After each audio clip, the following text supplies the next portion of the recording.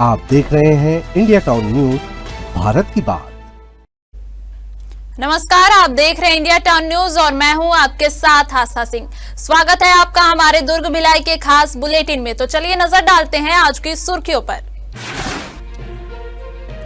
दुर्ग के सिद्धार्थनगर में देर रात तनाव विवाद में लिया हिंसक रूप। विवाद के बाद पुलिस ने बढ़ाई निगरानी।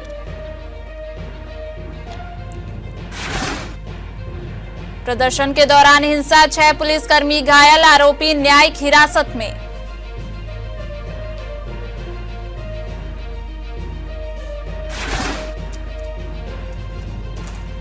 दुर्ग पुलिस के एप्स को मिली राष्ट्रीय पहचान। आईजी दुर्ग रेंज के एप्स आईजीओटी कर्मयोगी पर लॉन्च। राष्ट्रीय स्तर पर चमकी दुर्ग पुलिस की तकनीकी पहल।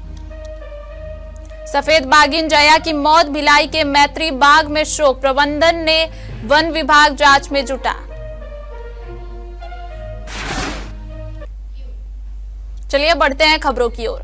दुर्ग का सिद्धार्थनगर, जो स्थानीय तौर पर हरिजन मोहल्ला कहलाता है, वहां कल देर रात अचानक माहौल तनावपूर्ण हो गया, जब मोहल्ले के कुछ लोगों और कुछ युवतियों के बीच हुए विवाद ने हिंसक रूप ले लिया। स्थानीय निवासियों के अनुसार मोहल्ले में देर रात शोर शराबे को लेकर रोक टोक किए जाने पर युवतियों ने कथित तौर पर आक्रामक रूप दिखाया। आरोप है कि विवाद बढ़ने पर 4 से 5 युवतियों ने कुछ लोगों पर तेजाब जैसा द्रव्य फेंका और धारदार वस्तु से हमला किया। इस घटना में लगभग 4 लोग घायल हुए हैं। घटना की जानकारी मिलते ही कोतवाली पुलिस मौके पर पहुंची और आरोपों के आधार पर संबंधित युवतियों को हिरासत में लिया। पुलिस का कहना है कि द्रव्य की जांच कराई जाएगी और सभी तथ्यों सामने आने के बाद ही आगे की कार्रवाई तय होगी। फिलहाल इलाके में दहशत और तनाव का माहौल है, जबकि पुलिस टीम क्षेत्र में सुरक्षा और निगरानी बढ़ा चुकी है।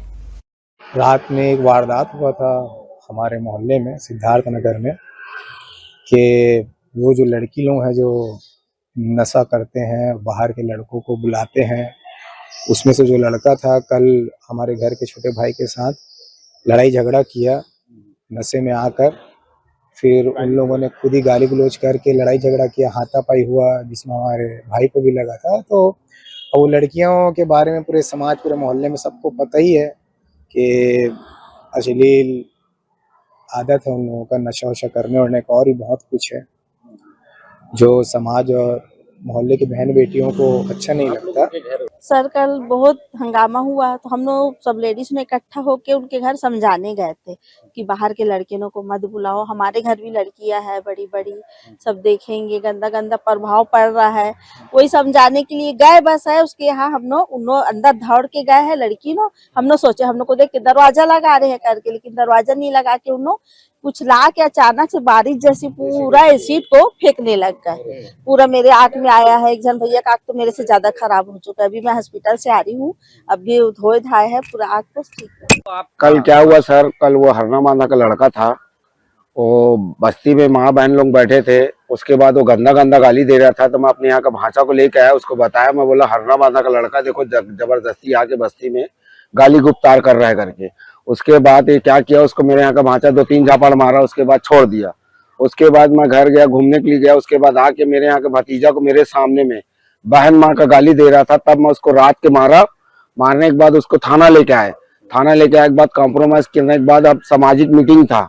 आज सामाजिक मीटिंग में ऐसा हुआ कि चलो उसके घर जाते हैं, तो उन लोग पूरा फुल तैयारी से एसिड एवं पत्थर वत्थर ब्लेड चाकूबाजी करने के लिए तैयार थे। और जैसे गया तो लोग एसिड फेंकना चालू कर दिया और पत्थरबाजी करना चालू कर दिए।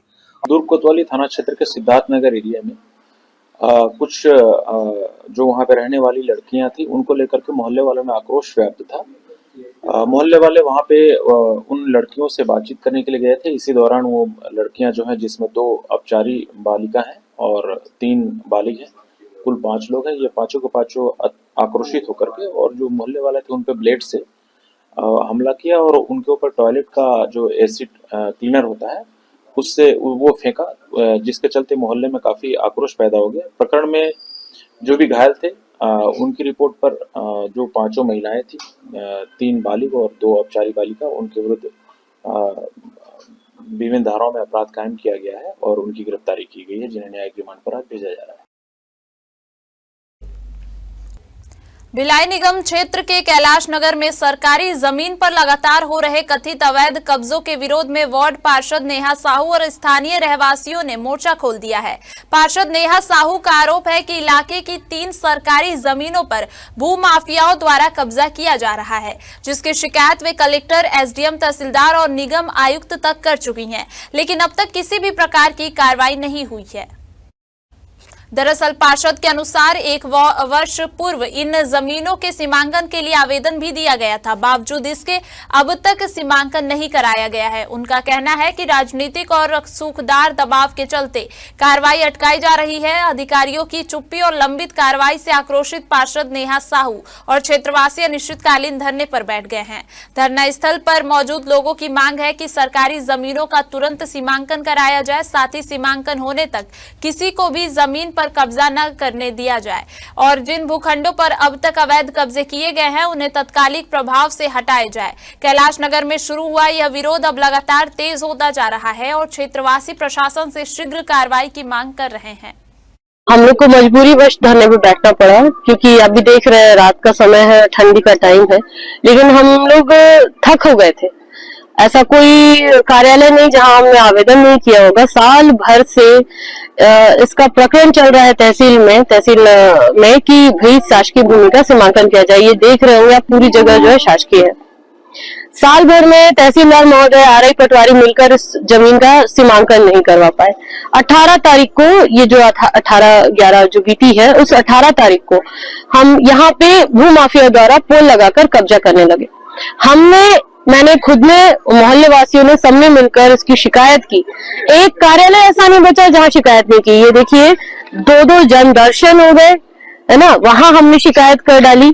हमने जो है एसडीएम में दे दिया, तहसीलदार को दे दिया, इसमें हमने जो है आयुक्त महोदय को दे दिया। ऐसा कोई कार्यालय नहीं बचा, कलेक्टर महोदय को, सब जगह हम दे दिए कि सर यहाँ पे जो है शासकीय भूमि पे भूमाफिया लोग जो है प्लॉटिंग कर रहे हैं, अवैध कब्जा कर रहे हैं।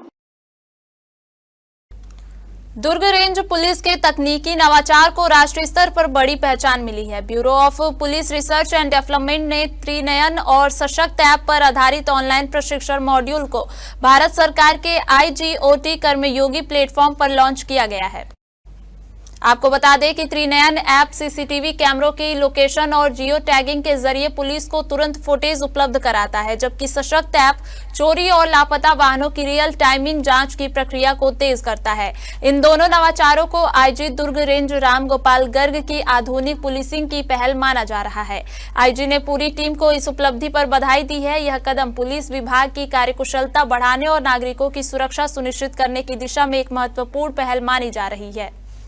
हमारे लिए आज खुशी का दिन है कि दुर्ग रेंज पुलिस द्वारा डेवलप की गई त्रिनयन और सशक्त ऐप को भारत सरकार के IGOT कर्मयोगी पोर्टल पर जगह मिली है। भारत के bureau of police research and development BPRND द्वारा एक ऑनलाइन कोर्स डेवलप किया गया है, जिसमें कि इन दोनों ऐप्स की यूटिलिटी और पुलिस की इसके लिए उपयोगिता दोनों के बारे में बताया गया है। यह करीब 11 मिनट का एक ट्रेनिंग प्रोग्राम है, जिसको कि विभिन्न पुलिस कर्मचारी, अधिकारी इसको कर सकते हैं और इन ऐप्स की जो उपयोगिता है उसके बारे में सीख सकते हैं। ये दोनों ऐप्स हमने क्राइम प्रिवेंशन और क्राइम डिटेक्शन के उद्देश्य से बनाई गई थी। राज्य सरकार द्वारा रजिस्ट्री शुल्क में की गई बढ़ोतरी के विरोध में बीते दिन रियल एस्टेट कारोबारियों के प्रदर्शन के दौरान हुई झूमा झटकी में 6 पुलिसकर्मी घायल हो गए। घटना के बाद दुर्ग पुलिस ने बड़ी कार्रवाई करते हुए कई आरोपियों पर गैर जमानती धाराओं में मामला दर्ज कर न्यायिक अभिरक्षा में भेजा है।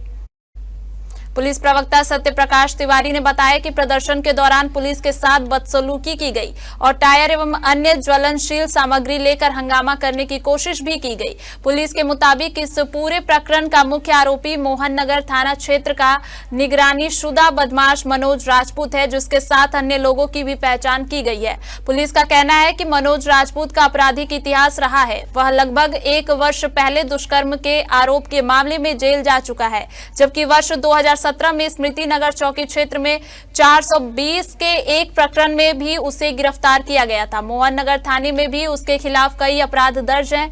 घटना के बाद पुलिस पूरे मामले की जांच कर रही है और अन्य उपद्रवियों की भी तलाश जारी है।